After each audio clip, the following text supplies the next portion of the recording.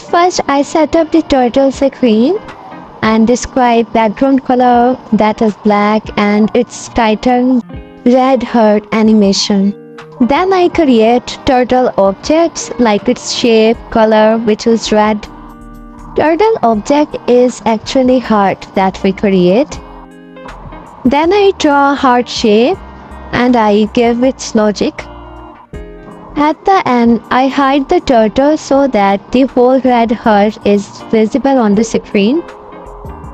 To install Turtle, you simply open command prompt and write pip install python turtle. Now I execute the whole code.